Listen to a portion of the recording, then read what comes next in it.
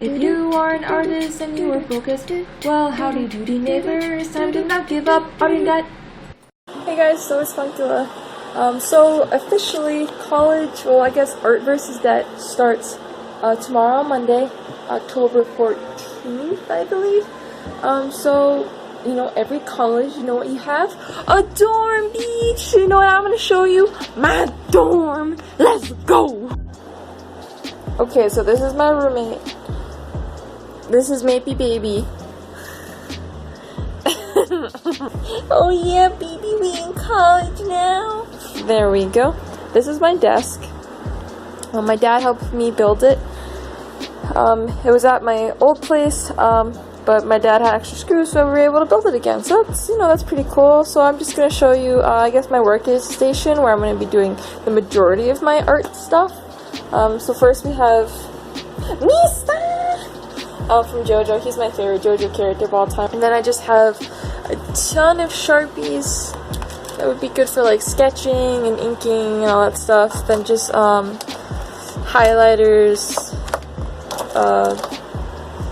what is it called, like Pasca. There's actually an art store where I live that has like a ton of art supplies, and I was like, okay, might as well try the Posca markers. Literally the best thing I've ever done in my entire life. Please buy some of these. It's the best white highlighter that I've ever used. It's great. It goes right over marker, Sharpie, literally anything your heart desires, and it's like $4. I mean, it's expensive, but it's better than like getting these really cheap gel pens, and they don't even do shit. So next thing we have is just my pen stuff. My favorite pens that I like to use is the G207 pens. But I really enjoy the, if I can find it, these pens are really cool too. The R2 roll pens. Those are pretty legit. I love these. That's what those are the pens that I'm going to be using for my art studies. These are just cups that my mom gave me. They look pretty cool. And this looks like one of my cats, Jenkins, and I thought it was cute. I got it for $1, so I thought that was pretty neat. This is just mechanical pencils here, another ink pens, a lot of ink pens actually, now I think about it. I like using the Micron, but I actually prefer the Sharpie pen the most. They're my favorite out of all of them, and these are just really cheap Crayola markers. I don't really have expensive markers other than Hoo markers. But I tend not to use those because they tend to bleed profusely, and I'm not really about that. And then we have one of my favorite items that I have, which is this Betty Boop Please No Smoking sign that I got while thrifting. I believe it was like $10 for it, and it's in really good condition, so I'm really happy to have that. And then here is the schedule that I have, ArtvsDebt schedule. I still spelt it wrong. And then this is just the days and books and all that stuff. Next over here, we actually have something else that I thrifted. I thrift a lot. It's one of my hobbies. I like finding garbage, I guess, quotation into something that is, I guess, my style. I don't really like a lot of stuff that's popular right now, so I like finding who I am by, I guess, searching for it. So yeah, it says it's made from Japan. But then it also says Florida, so I don't know where this fish is from, but I think it's pretty neat, and it holds all my erasers. And then we have the Prismacolors that I have, and then a ton of printer paper. I actually have sketchbooks, but I hate drawing in them because it's so much pressure to have. Just for the main fact that I'm afraid I'm going to mess them up. I guess that's really it. But with printer paper, if you don't like something, you can just throw it away. So that's what I'm planning on doing. Though I do have an empty sketchbook in here that I got with my dad again at Barnes & Noble's for I think like $5, and it's pretty good paper. So we're gonna try to fill out this semester. Woo! And then these are just the books that I'm gonna be doing. The Weatherly Guide of Drawing Animals, and then Drawing for All It's Worth, and then I have a book called Force that it's a PDF file. So yeah. Oh, and then this is actually a candy bowl of a skeleton, which I think is pretty neat. So yeah, this is my desk for school. Woo! So this is the second part of my dorm. It's a bookshelf that I got from Amazon for like $30, roughly. So since it is my dorm room, I might as well show you what I have in here. So we have this police dog that I got, once again, at a thrift store. I really like him. He's very soft. And look at how content he looks in his face. Then we have my limited edition Tokyo Mew Mew figures in the back. My vitamins so I don't get sick. This like karate stuffed animal. I actually took karate for like 2 months and then I gave up. I really wish I didn't. I really like beating people up. These are just my pop figures that I have. Roadhog is one of my favorite Overwatch characters, and Overwatch is my favorite game at the moment, at least for like 4 to 5 years now, so yeah. This is just my ball jointed doll, Renee. I would like to learn how to customize dolls and make them, but this is the first ever ball jointed doll that I ever had, and the only one that I do have, but I do hope to start collecting them more because I really like how they look. So down here it's my manga, The Answers book, which isn't really a manga, but it's there. Rebecca Sugar, I actually met her when this book came out, and it was really nice. It was one of the best things that really happened to me. She's a huge inspiration to me, and yeah, it was really nice talking to her and seeing her. I gave her like a skeleton pen of like I think part of a leg or whatever, and she put it like really close to her face. She's like, "Oh, this is so cool," and I was like, "Oh my god, we're best friends now." Genesis and Evangelion, them all my Tokyo Mew Mews, my original one since I was 10 years old. I'm 23 now, so they're fairly old. And then this book I got thrifted. I'm planning on reading it. The ice cream truck design. I thought it was really neat. And then Junji Ito has its own. Let me see if I can get it on camera. There we go. Junji Ito has his own shelf. I want to get all of his books. But yeah, he's my favorite manga artist of all time. And that's, I don't really think ever's going to change. I loved him. Well, not him personally, but I mean his stuff for around 8 years now, and I permanently have him on my body. There we go. It's just sketchbooks that I have, and this is Build-A-Bear that I made with my dad. I actually have his voices in there, but I'm not gonna spur you guys that, but it was really sweet, and we made that when he was visiting me where I used to live, and now I live with them, so it's really nice having that memory with him. This is actually one of my prized possessions. This is the Frontier. It's a Zine that Rebecca Sugar made. Doodles you have never really seen before. And I think that's really neat. I really want to learn how to draw like Rebecca Sugar. I just love the fluidity in her lines. I might as well show you a few of them. This is a sketchbook that I found during Free Comic Book Day. I think this was like $1 to get all this stuff. Oh yeah, there's nudity. I'm so sorry. But look at how cool that is. If I ever do a sketchbook book, I want to look something like this, just like filled with different sketches and stuff. I think that's really neat. But yeah, I definitely feel like y'all should have a section where you have your reading materials and the stuff that like inspires you. This is just other stuff. Art of Doug Snide. He's legit. There's a lot of nudity in it though, but I advise you to look him up. He's pretty awesome.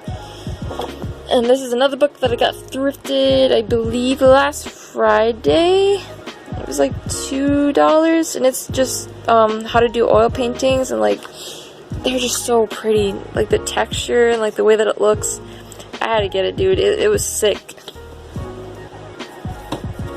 And this is just stories that I've been writing since I was a kid, but never done anything with them because I'm really intimidated to do comics. Comics are a very scary thing for me for some reason. I think for me, I can do storyboards really well, I feel, but when it comes to putting them in boxes and then limiting what the scene is about and the perspective and all that stuff, I get like really overwhelmed. And then this is a lot of reference books that I have. We have The Adventure Time, Steven Universe, Studio Ghibli art books. We actually have this book right here. I'm sorry, my cat's mouse is over here. It's Willis Cooks Salads and Sweets, and you're like, Lisa, why do you have a cookbook? You don't cook. Well, you didn't have to shame me like that. But just look at all the colors, like the textures in it. Like, it's just so cool. I really want to do like a theme when I do like a color picker from like these right here and like make it with those colors. They're just like really vintage and the palette's really nice. I don't know, I just really enjoy them, and it's a really old book, and if I want to, I can cook one of these nasty ass dishes and give it to someone and be like, here you go. And hopefully they're a good friend. They're like, oh yeah, it's delicious. This is another cool book. It's just like a very simple palette, which I thought was really nice. This is also something that I would like to do. I actually got these book at I got like a book sale out of the library. It was all used books, and I think like I got like 20 plus books for $30, and one of the books was like actually $30 in retail price, so that was pretty freaking awesome. So if y'all would like to, I can show you all of them, if I don't know if you're interested. But yeah, I mean, I actually collect like kids books too, especially old kids books, because I tend to like how they look. And back in those times, you had to be a really good artist to have a job. Now, yes, there are a lot of good artists, but there's a lot more leeway now, especially with self-publishing. So, I collect things that, I don't know, maybe I would never do, but are like very interesting.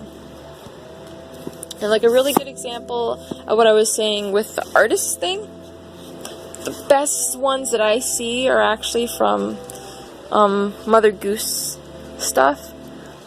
And then just like, look at the colors, man. It's so cool. Like the texture in that. Like you really don't see that much anymore. I don't know, I just really appreciate it. And then you get like really cool. Bow wow wow. Whose dog art thou? Little Tom Tinker's dog. Bow wow wow. I mean, that's poetic as fuck. I'm like showing you all my stuff. Wacky Packs. Ooh, BB. So Wacky Packs. It's like one of my favorite childhood thing for me. My dad bought them for me when I was a kid, and I still put them on my sketchbooks. So that way you see my YouTube videos are actually from my father. And yeah, I don't know, I just really always loved how they looked. Sorry about the glare. You can see like the painting textures with this book, and I think it's really neat. Plus you get a limited edition Wacky Pack sticker. Oh well. I'm afraid to open it. I don't want to be disappointed. Those books that I showed you were pretty much like, I guess, art references of that sort. But this is more of actual references. I really love the book Fruits. They're actually discontinued. It used to be a magazine for fashion, but it definitely helps me, I guess, broaden what I normally see as clothing, and then you can customize it and then look at it for reference. I don't know. I just think it's really cool to do. So I definitely would advise looking into that. There's actual PDFs of them. Alright, so these, probably one of my favorite books. So back in the day, there were books that were films, and they would actually put the entire film in a book, which is really freaking cool. And you have like all of these glam photos back in the day that you can use for references and stuff. It's just like really sick. And I think this is what I was talking about. There we go. So this is the entire movie, which is like, it's not only cool for like storyboarding, but it's really cool for references. So I advise looking into stuff if you ever find something. It's the Film Classic Library. So I actually collect dance books too. It's just more references. I actually really love collecting old books just for the fact that, like, yes, there are obviously thousands upon thousands, millions of photos on the internet, but you're not going to scan all the photos in existence and put on the internet. There's going to be photos that people probably will never see again because they're not documented. So it's really cool to see photos that, they feel kind of special to you. And yeah, I would definitely look at used books sales that you can look at. There are a lot of reference books that you can find and all of that. So okay, and this is the last part of my shelf. So I'm a weeb, I'm not gonna lie. I love Japanese language. Like, I always loved the sound of it before I really even got into anime. I just loved the way that their language just sounds really nice. I don't know how to explain it. It's just like super calming. So it always spoke to me, or speaks to me. I'm not grammatically correct. But yeah, that's definitely another hobby that I want to get into. It's going to take a long time, but you know, I thought I might as well show you guys animation books right here. Steven Silver, which is for my character design class that I'm planning on doing, then my animation that I'm also planning on doing, and yeah, I'm on the floor right now, but let me just do a zoom out. Yeah, that's my shelf. I'm a huge weeb, and now I can't hide it, so I hope y'all enjoy that. Yeah! Okay, so the next thing is my closet. There's not anything like super crazy about it. Let's see. Oh, I want to show you guys. These are my favorite shoes of all time. The Go-Go Boots Beach. Oh, shoot, hell yeah. Okay, so I ain't gonna lie. This is what it usually looks like. This is where I sleep. I sleep on the couch. College life. I mean, it's comfortable. I enjoy it, and then I put my fan up there, and then this is my Bulbasaur. I call him Bubba. And I mean, that's really it. I mean, that's my college life. I live in my parents' house right now, but I'm getting myself back up on my feet because I was in an abusive relationship. Oh, hell yeah. 2020, let's go, good year. Okay, just before I go, I just want to show you this really cool blanket that I have. It's an Overwatch blanket, and I put the blanket on top of her when she sleeps, so she's like a little cute cat burrito. But yeah, I don't know. I really like Overwatch. I think I have over like 700 hours in Overwatch. I'm not proud of it, but I kind of am, because I mean, I'm pretty cool. I mean, if y'all want to follow me on Overwatch, it's Wiccan something something. I mean, if y'all are really interested, you know, just slide into my DMs that I can give you my game thing, and we can play together. Go on PC Masters, my guy. Alright, bye.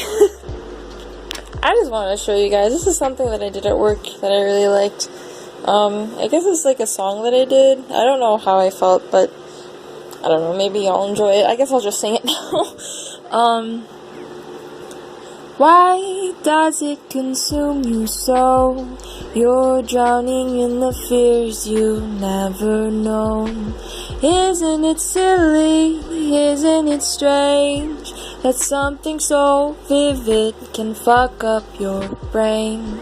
Oh yeah, that's my dorm. I live in the living room. Let me see if I can show y'all. This is my dorm now. That's where I live. And that's the front door. Hopefully no one comes in and takes me away. That's a huge crippling fear of mine. Really, it is. I have nightmares all the time. But yeah, that's my dorm. That's where you're going to be seeing me do the majority of my art and videos. I'm probably going to record there usually. I actually have a stand, if you can see it, that's like right there, that black thing. I don't know if you can see it or not. That you can I can put my phone in there, and then I can record and all that stuff, which I think is pretty nifty. Whoa. So yeah, that's my situation right now. I also work at a bar / food area. So I guess I'm doing work study. No FAFSA though. Yeah, I mean, I think this is a good start, a new beginning to my life, and yeah, I hope you enjoyed this intro to the first week. Yeah, hopefully we'll see it, I guess, upgrade a little bit. Right now it's really comfy, but I would like to have my own place at one point, but it is really nice to catch up with my parents. I haven't seen them in like 5 years because I left when I was 18, and I had that whole relationship thing for almost 6 years, and now I'm here. So yeah, I guess I'm back at square one, but I definitely developed a lot as a person, so I don't regret it, but I do hope that I learned from my mistakes, which I generally feel like I am. So yeah, this is end of room tour. Yes! Yeah! Actually, I wanna show you guys like another song that I did in here. This is a sketchbook I haven't really shown anyone. I don't know. I get a lot of anxiety, I guess, so I haven't. But here's a little sneak peek. I think this one is cool. You're a heartbreaker caught in the tracks of an ex-lover stuck in the past. I can hear you, I'm a fucking mess, but all I can say is that I'm doing my best. Take me away, I wanna forget you, even your name. Take me away, I just want to tell you I'm not okay. And they're two little lesbians. Oh. This is a sketch for a song that I did. I guess I can do like a snippet of this one too. I wish you loved me like you said, bitch. Maybe then I'll be your favorite. But I don't think I can handle it. 'Cause all you wanted was a quick fix. Well, I am not the one for you. You wanted love and I got screwed. Well, look at me, well, there's something to prove. Honesty, but there's nothing to lose. 'Cause you see, all you wanted was a side bitch. And then it goes on. I really like it. I hope it goes somewhere. I'm planning on doing music this year. Okay, well, I guess I'm showing you some more sketches. I think these are really cool. If y'all don't know, I think it's like 2 a.m. in the morning right now, and I have anxiety about starting this class, and I think that's why I'm showing you guys now. Yes, there is nudity. I am a big boy. I like the shading in that. That looks pretty legit. Doodles and stuff. Let's the baby. Oh, this is Fish Face. She's one of the characters that I did a long time ago. If you were a long follower, you know who she is. She's just a hardcore lesbian. There's nothing else to say about this. This is, I think, just garbage from here. And look at that! It's not finished, and it never will be. Hey guys, so this is the first official day of college. With the list that I showed you guys earlier, this is the first book that I'm going to be working on. It's Figure Drawing for All It's Worth by Andrew Loomis. I had this book for a couple years now, actually, and I always wanted to get good at figure drawing, and I have like a basic idea about how to do it, but I don't really know, I guess, the right way to do it.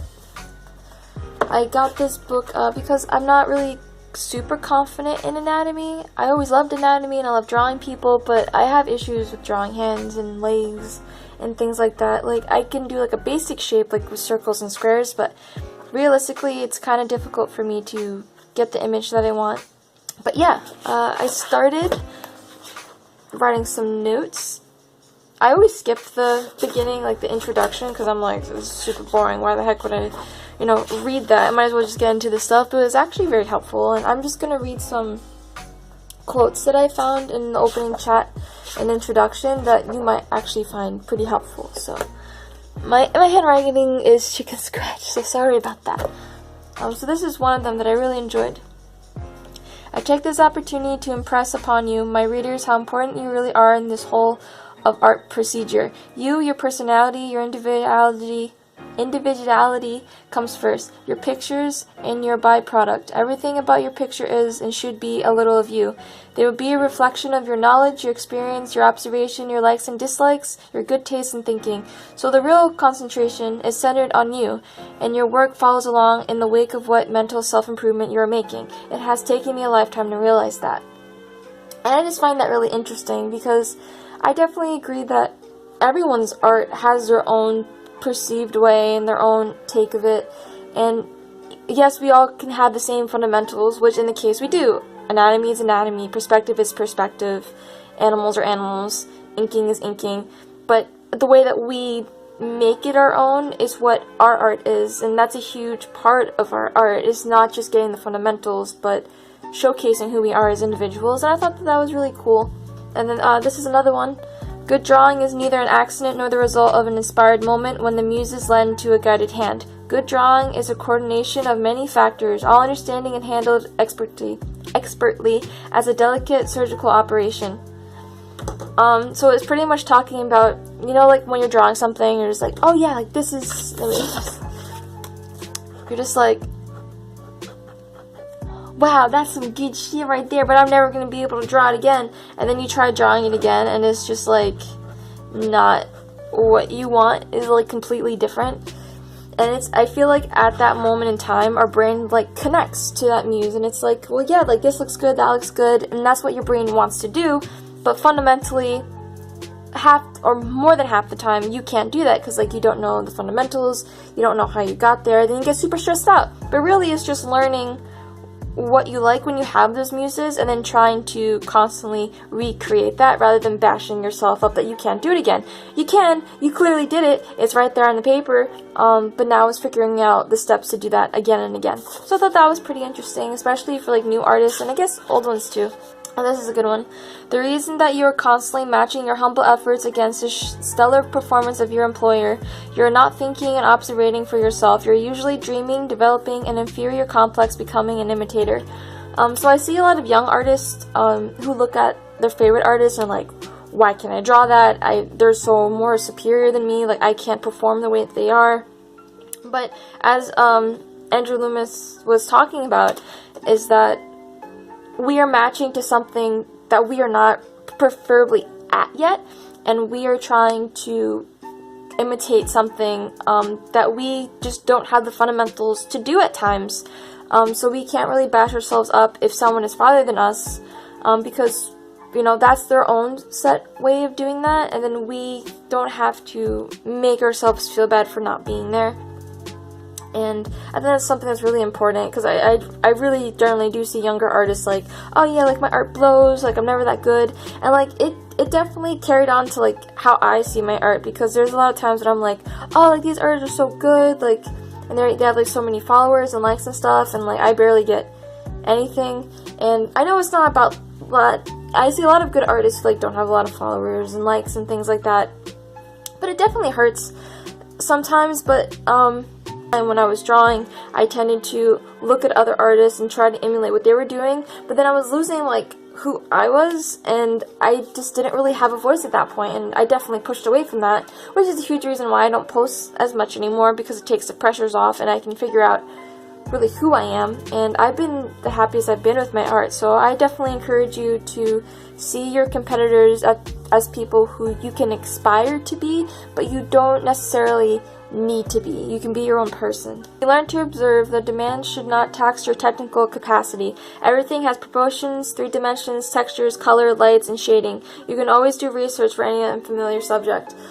So that is a huge reminder for me, or like really for anyone, if you want to go by this.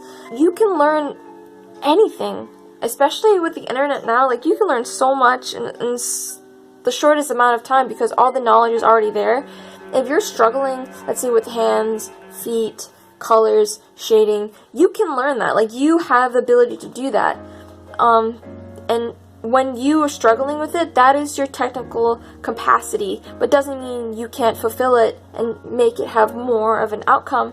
You can definitely do that, but you need to like remind yourself that you can, and that's really hard sometimes when you're drawing something. You're like, I just can't get this hand right or foot right. Really, anything is possible. Is really just training your brain to see that, and instead of getting flustered, to just look things up and study from that and learn from it. I'm starting to do, let me show you guys, if you can see on the camera, the anatomy charts here. I wrote down stuff that I noticed while I was drawing it. So I struggle with arms, placements, and shapes. A lot of the times when I draw anatomy, I kind of just like draw like I guess like I'll just do something really quick. I drew like lines. I don't really draw like the shape of anatomy, if that makes sense. Like I'm just like, oh, like there's a cylinder and there's another cylinder, and then you know, some curves and things like that. But like I don't really know how to actually do it. And like you see, like I stopped doing the arms there because I have an issue of like, where do I put the arms?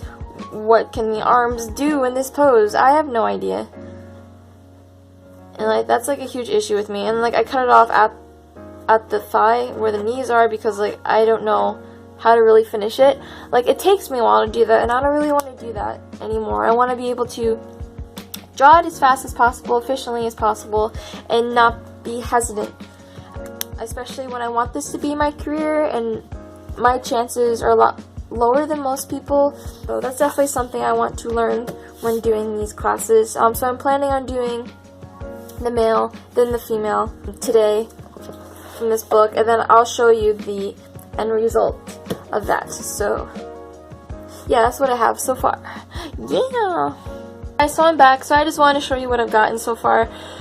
There's not really a lot of footage today, for the main fact that, like, I'm using my phone right now and there really isn't a lot of battery in life, but I bought a charger and a wall adapter so I can record while I'm drawing and then voice over and whatever else for now. But this is what we're gonna do. So I just wrote down little notes about issues that I noticed when I was drawing, because I'm supposed to draw what I see here and then try to understand those things and try to emulate it in my drawings. So I definitely learned that, like, I struggle with arms, placements, and shapes. I have an issue in developing, like, the shape of the arm for some reason and, like, the curves of it.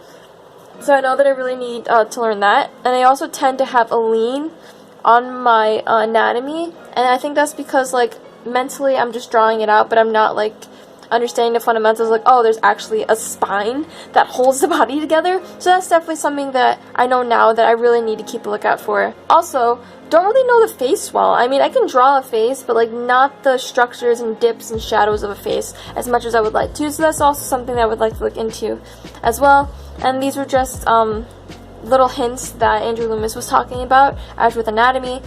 Like, for the guys, the wrist drops below the crotch, and then for the girls, the wrists are even with the crotch. So it's just small things that helps you define a male body to a female body. And also, I tend to, like, tube. My anatomy is just like what I showed earlier. Like, here, there's just tubes. Like, there's no, like, shape to that arm, like, at all. Right here is just like a tube, like that. So I need to learn how to make it more anatomy. Is that how you say it? I just did the studies here. So this is the guy. Hopefully y'all can see that.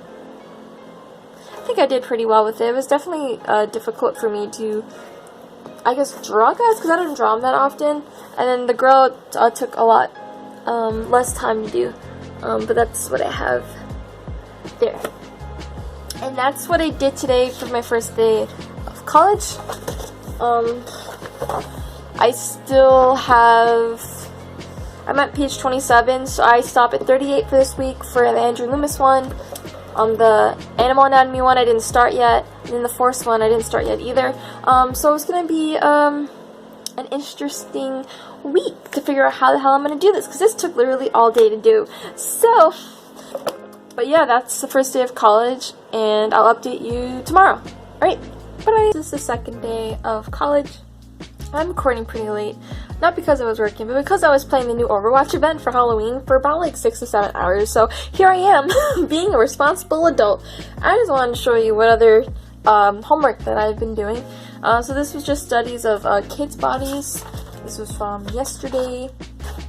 And this, in the Andrew Loomis book, they're talking about flat diagrams. When you draw like a flat diagram like this, and you do measurements like that, and then you like mentally remember where these lines go. So whenever you would like to draw anatomy again, you can.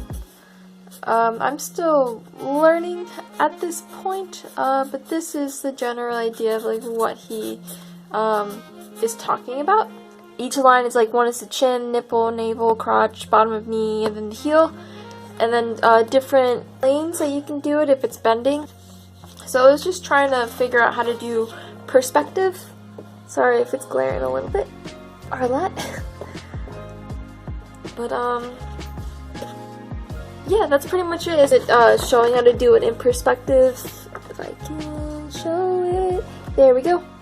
Right here. So this is the horizon line, and then this is it going to the perspectives of making that model. So since I didn't really draw anything today, I'm planning on doing some model drawings from reference to try to see if I actually learned anything while I was doing this. So yeah, we're gonna give it a try, and I'm gonna record a little bit of it, and then after that, we're gonna work on the Weatherly Animal Anatomy book today. So let's go to that. Hey guys, so this is just the figure drawings that I did. I still don't have the recording stuff that I need to fully record something without my phone dying. So I just like did a few studies to see like if I improved any of my drawing skills. Just gonna zoom in a bit. Definitely when I was drawing this, I was looking at the indents of the human body, because usually I just, as I said before, I just do the tubes. So it was really neat, like actually having something else ingrained in my head to make me like go, oh, like this actually makes anatomy look a lot better. This is one that I'm pretty proud of. I definitely made sure to look at the indents of his chest and his legs especially. I like this part in general, just because of like their shape and there's lines of the muscles and stuff, and I think that's like really neat, and I definitely want to learn how to do that more. And if you look here for the anatomy, you can see that I actually put bumps for the hip bone here, and then it goes down. Usually I just put a curvature, but it doesn't really give characteristics to the body itself. So definitely learned that. And I actually, for this one here, I tried doing more like weight lines here. If you have considered a line merely as a mark, it may be a revolution to you. The line possesses so much variation. Remember, line is something you can turn to when your drawing is dull. So then I actually remembered that when I was doing my anatomy drawings, and I was like, okay, so I can actually make and put some defining thick lines and small lines and things like that. This one, I guess, I don't know, I kind of like it. I definitely like this part here with the cross hatching and then the bumps in her arm. I think it looks really nice, and I think the fluidity of her figure came out pretty well. I definitely feel like I improved in the sense of being like, oh, this is actually something that I learned. Let me implement it in my art. I think this is my favorite one right here that I did for today. So, yeah. It's pretty late, and I want to get up super early to work on my other homework and things like that, because I don't work tomorrow again. So the Weatherly animal thing is going to be tomorrow. I really just want to go in bed and watch One Piece, so I'm going to go do that. So, yeah, see y'all tomorrow. Bye-bye. So I was like, you know what, instead of being depressed, I'm going to go work out and get a hot bod, so that's what I'm doing. Wow. So this is kind of like a mental note for me, just so I guess I remember, so I can, like, it helps me to heal, I guess. So I was working, and there was two associates that I was with, my boss and then one of the coworkers. They're like Lisa, like, can you take my shift? I want to take my girl on a date. And I was like, oh hell yeah, dude, live it up. I did a double shift that day, and I was like, you know what, having a joyful time. And then my boss and then the coworker were talking about like the places to go and like all the dates. Like, oh yeah, dude, you should take her to like this fancy Italian restaurant, and take her downtown, and then, you know, go to an art museum and art gallery, and then, you know, maybe do like some paintball, like all this stuff. And he's like, no, dude, like there's this place here that you can go to, and there's like seashells and like all this stuff. And like for some reason, like I went to the bathroom and I started crying. And I was like, why am I getting so emotional right now? And I was like, oh, okay, because like in my last relationship, I didn't really do anything like that, or like dates or anything. Like anniversaries or Valentine's Day or anything like that. So like the fact that like I saw like two guys like really enthusiastic of like taking a girl out to a date, it really got to me. And I was like, wow. I realized like how low my expectations were and my standards, because like they dated for like maybe a year or something, and like I didn't have that for like close to 6 years really. So I guess it's like a mental note of like what I should be wanting and expecting in a relationship, in the sense that like I deserve to feel special too, you know, and like obviously I'm gonna make that person feel special too, but you know, I'm just saying, you know. And I just wanted to put it in this because I've been like having a lot of like nightmares, and like I guess nightmares because it's with that person, but also like really sad ones, and like me thinking about them and stuff, and it's like been really getting to me, and I've been getting really depressed, and I've been eating pumpkin spice pretzels and ice cream and things like that, and that's a huge reason why I went to the gym today. And I don't know, I hope that like this helps, this journey helps, and I don't know, it just really fucking blows, you know? Yeah. Hey guys, so it's Wednesday, my dudes. Today we're gonna be doing the Animal Anatomy book. Just give me one moment. My mom was nice enough to give me Dunkin' Donuts, but I didn't tell her how I actually drink my coffee. There's 5 creamers and 5 sugars in this thing. I usually get none, so oh my god, I am wired right now. Let's do some art. Animals drawn from life should not be copied. They should be analyzed and conceptualized. So I actually put that into theory with drawing it in that way. So I actually drew some of the animal sketches in pen. Someone who has not ever done it before, and they're really nasty, but I'm going to show you after I'm done reading this stuff. But that is very true.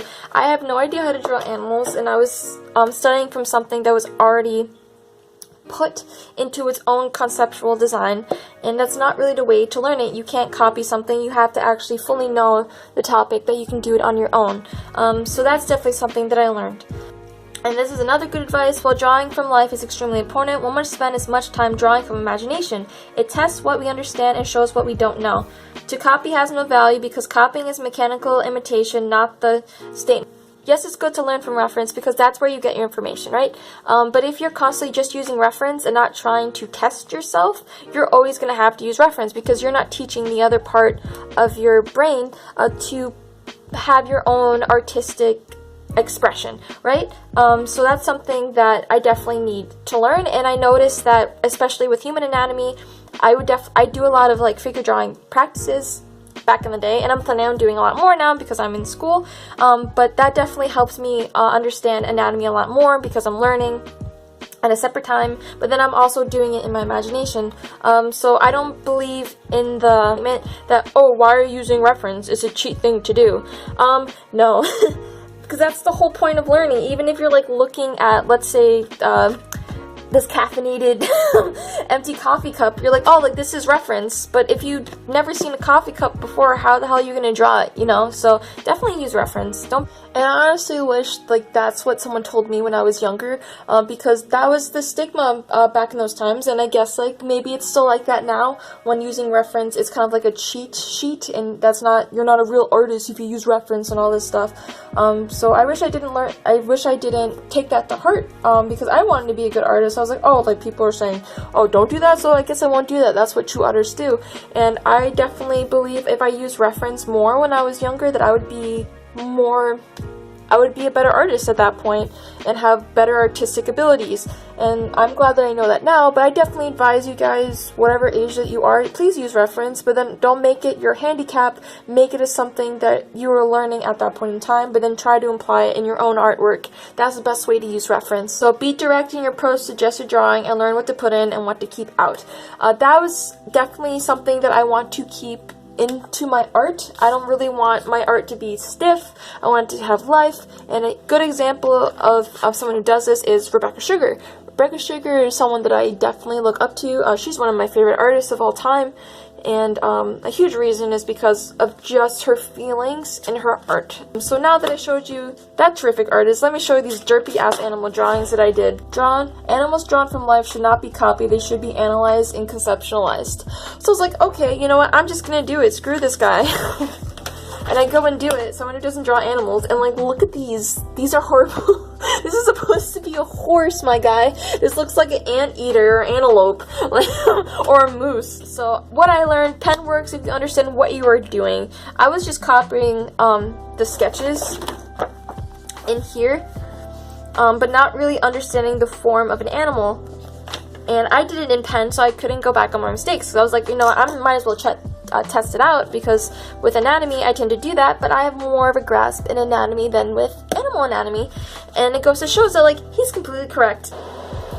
Hey guys, it's Funkula. It's about 2 a.m. in the morning right now.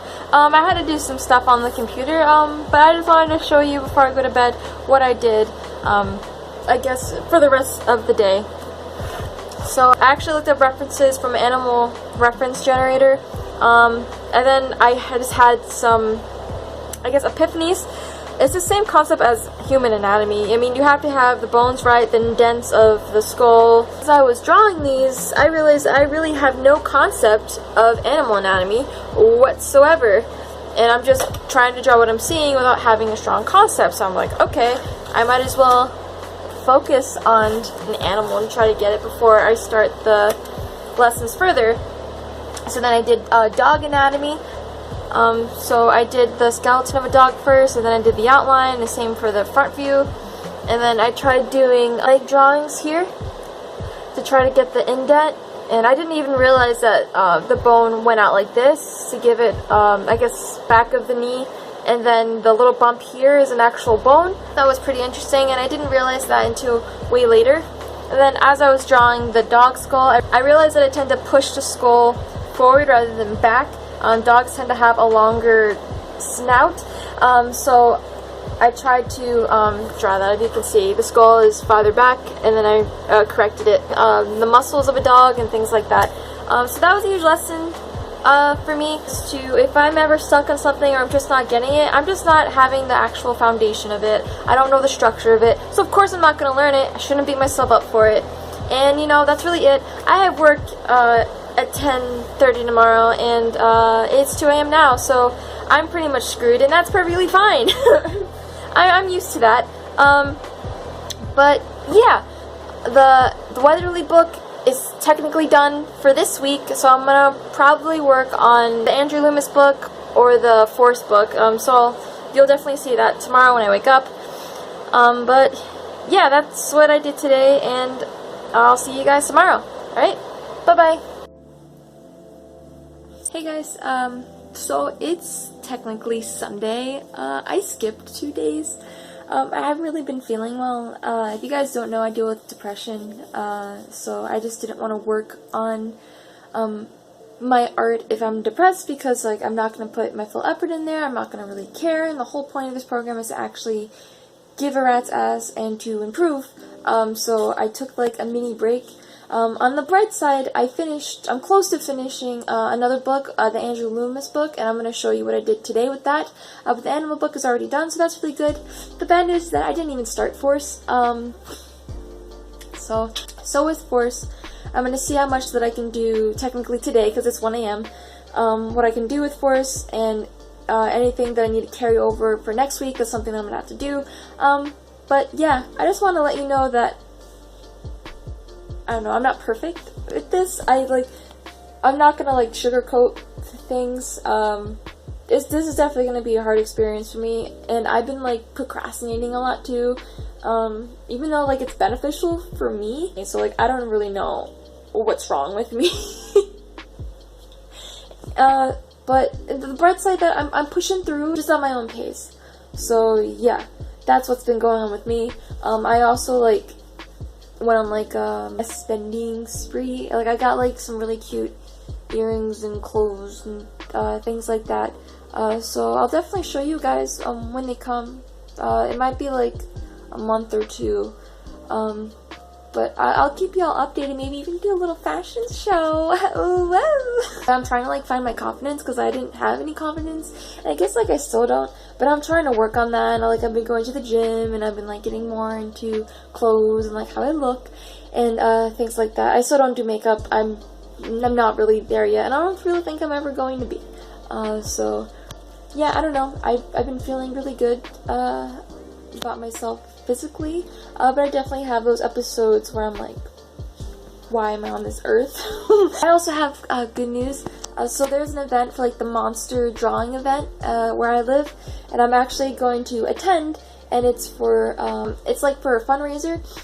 So I get like a free pass to that place. So I don't think I make any money. I think if someone buys a painting, then I might get some compensation, but they have free snacks. That's all I really care about, and I get to talk to artists. And like I moved here I think like 2 months ago, because I used to live in New York, and I don't really talk to people. Like I mean I talk to people at work, but I don't really like have friends here, and I would like to, I don't know, expand on that. So hopefully that goes well, and that's November 2nd. So I'm definitely going to be talking about that. Okay, so hi again. my camera's gonna be moving a lot because I kind of just want to record this and go to bed. It's 1 a.m. right now. You know, bad life choices. So let me just show you what I have. So I was doing the quick setup of proportions to try to get a better understanding of proportions and how to build the image and body and things like that. It's kind of similar to the tube method that I would do, but I'm actually learning about measurements and where things go. I think these came out pretty well. I enjoy the lines in this one a lot. So, and then I put notes here. I need to use measurements. I have issues drawing in scale, and you can see it here for these drawings. So like these are close to the same proportions, and then it just gets like super big. And now I see the mistakes now being on camera. This is like way too big, and like I need to shrink him down quite a bit. But other than that, I definitely learned a lot, and I did some like practice arms on the sides to get used to the rhythm of it. But I know that I have issues with measuring, and that's something that I definitely need to work on. The top right here that I did some notes. I really like putting notes while I'm drawing, just to remind myself of like the mistakes that I feel like that I did or things that I need to remember. If you follow the head measurements is when each head is considered a length of the body. So 8 heads is considered a full body, and I really tend not to do that. And it says you will always have the correct proportion. Stop neglecting it because you feel you are above it. Reference and learning is great. And when I was talking about the fear of using references and the fear of like learning the basics, it's still a thing for me, and I'm trying to break that because I actually want to learn. And then I also realized that I was scrunching my lines. Just like with the dog anatomy head that I was showing earlier, is that I tend to like scrunch it. If the head's like this, I go like and then scrunch it, but it's supposed to be a little bit longer than that. So I definitely need to learn my measurements and things like that. And I thought that this was pretty interesting. So this is the head measurements right here, and when it goes to 5, it's around 5 heads in measurement. So you would take this head here and then measure it like this to get to those proportions. And this is her kneeling, and this is her sitting here. On the last page that I did today, this is pretty much, so you have 1 through 8, and then you have 9 and 10, so when the arm goes up, it's a different measurement. And as you can see, the touch of the point of the finger is always going to be in the same place, no matter where it goes. Same for the heel, the knee, fingers, the wrist, the elbow. So whatever position that you're in is always going to measure the same. And I guess it like never really clicked with me, so then I put the figure is its own object, all continued in one subject, all measured to completion, a fully completed project. All the measurements are always going to be the same, even the height. So the height of a person, if you're like 4'4" or like 6'8", yes, you're more in length, but your elbows are always going to go to your belly button. The touch of your fingers are always going to go to where you would have like short shorts. It would have the same length of that, just like with anyone else. So that's definitely something that I need to remember. I'm really happy with this because I actually drew it correctly. So like all the measurements measured up perfectly. So that's really cool. But yeah, that's what I did today. I still need to do this, and I'm going to do that in the morning before I go to work tomorrow. But yeah, that's just the update of what's going on. I have one more day of the first week of college, and then I can start the next week. Guys, so it's Sunday. It's 1 a.m., so I guess it's technically Monday. But I just wanted to show you what I've done. The good news, I was able to finish the Andrew Loomis pages I need to do this week, so that's really cool. Unfortunately, I wasn't able to really start the first one, but I was able to do the introduction. So as I said before, I just want to show you what I did and learned. So this is just showing the same thing that we talked about earlier with the measurements. This is learning how to do proportions in relation to a horizon. So this is the steps. So first you draw your horizon. You draw where you would like the figure to be. So this is where the baseline is for the figure, and then this is the set point of where the feet are going to be. You draw the people. So the end of this is where the first person goes. The smaller is where the smaller person goes, to show perspective in a very easy way.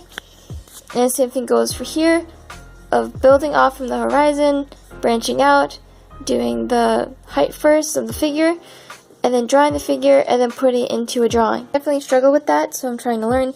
This is not that good, but I think I learned over time what I needed to do. So I thought that was really cool. And this is just showing the horizon. So if the horizon's up there, the line is going out. The horizon is near the bottom, it's going upward.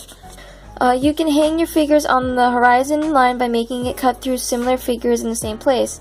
This keeps them on the same ground plane. Note, horizon cuts men at the waist and the seated woman at chin. The woman at the left is drawn related to the men.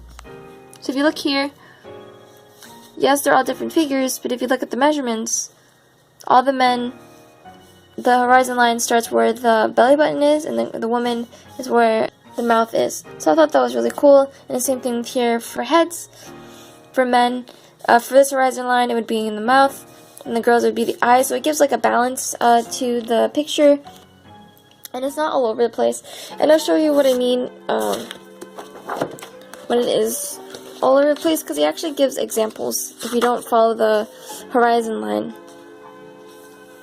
Here, sometimes they may come off different, or you may just not have the right measurements, and you kind of lose that feeling of perspective and of the depth of a drawing. So going to try to learn how to do that. I'm still like struggling with it, but and then this point forward I'm going to be learning force. So I did some notes here, and I'm just going to give you guys like a summary about what he said. Okay, so the first thing that he talks about is limitations. If you argue for your limitations, you're going to keep them. And that's not really something you really want to argue about. So if you are struggling with hands, feet, anatomy, wherever else, and you're arguing like, no, like, whatever, like, my way is right, or like, I'm not going to learn this because of this, this, and this, you really have to become vulnerable, and you need to learn that, you know, arguing for something that you really shouldn't keep is not really helping you. The next one is focus on the beauty, the movement, and the humanity. There is a bigger purpose to drawing than to learn to draw. Drawing is to show that we can capture that moment, that we can feel that moment and express it, and to make it so we can transfer it from real life to a drawing that we created, to hopefully transfer that feeling to other people that were not in that moment before. So that's definitely something that takes a lot of the stress off of trying to make drawings perfect all the time, or like make them look good, which is really, I know it's a different way to view it, but I think it's way more, it's way healthier than wanting to make it look super pretty, but like have it look very standoffish and you don't really feel anything, rather than having like, you know what I'm talking about, like when you see like sketches from like Pixar and Disney and all these great artists, and it has so much life and movement, you feel more with that than just trying to capture all the details in a face. You know what I mean? So that I think is very good knowledge. He also talks about we are technically all liars because we tend to conceive reality as an exaggeration rather than what is already there. So we need to see the figure as what it is, not as what we need to draw it as. Does that make sense? Like, we need to draw the figure by how we feel with it, what we're trying to conceive with it. So if the pose is relaxing, we need to make sure that we are pursuing that it is a relaxing drawing, that we feel relaxed when we look at it. Or if that pose is angry, like we need to feel that anger in the movement and the lines rather than it looking pretty. So we need to exaggerate, but we shouldn't lie. We shouldn't make it more conceivable to, I guess, more commercially appealing, rather than it having that charm of what that drawing would be more beneficial from. I just want to read this that I wrote, so one moment. Fear kills passion. Bad drawings. Remember, if you change your goal, that fear will die. Your goal is to capture the humanity of the model. There is no failing, only results. Bad drawings are the best thing to happen. You learn. More results equal faster to gain. We are not skydiving, we are drawing. You will land safely every time. Taste, risk, and thrive. I see a lot of young artists struggling with that. It's like, oh, I don't draw that much because I'm afraid I'm going to make a bad drawing. And I think I heard it from like Will Terrell, which is like another YouTuber here. I don't know if he posts anymore, but I really enjoyed what he was saying. And he was talking about if you just continuously draw and not really care, and you just do, like, let's say you do 5 drawings that day instead of 1, you're not going to really focus on that one drawing as much as you would if you only did 1, because you have 5 drawings to look at, and 5 drawings to appreciate, and 5 drawings that you have now, and it takes away that focus. And I believe that this is the same topic that he's trying to express. And this is one about assumptions. Do not assume and create things that do not exist in the model. Assuming is like guessing. You must learn to see by stripping yourself of assumptions. The answers are in front of you. Open yourself up to the splendor of life in front of you. There is no reason to lie. I think he's more so talking about when you're drawing anatomy and like you don't understand the fundamentals and the curves of the body, you are lying. Your brain is creating something that you don't really have a lot of foundation on, and it just doesn't look right. And I 100% agree with that. If you don't have your foundation and you don't see what is actually there in front of your brain, is creating something that is not even there, that you can't even see, and that makes you a liar. As brutal as that sounds, so I definitely need to remind myself that, like, if I am stuck on something, if I'm looking at something and it doesn't look right from who I'm looking at or what I'm looking at to the drawing, my brain is lying. It's not actually what I'm seeing. It's just my brain isn't trained as it should be. But that's it. That's the end of this week for the first week of Art vs. Debt. Whoop! I hope y'all enjoyed it. I'm going to continue this. I think I learned quite a bit, and I hope that you did too. And I'm really excited to see what becomes of this journey. And I'll see y'all next week, and I hope y'all have a beautiful day. Hey, look, there is hope for you. You can learn and not get screwed. You chose your path, you follow through. No art debt won't be the death of you. Oh, hell yeah!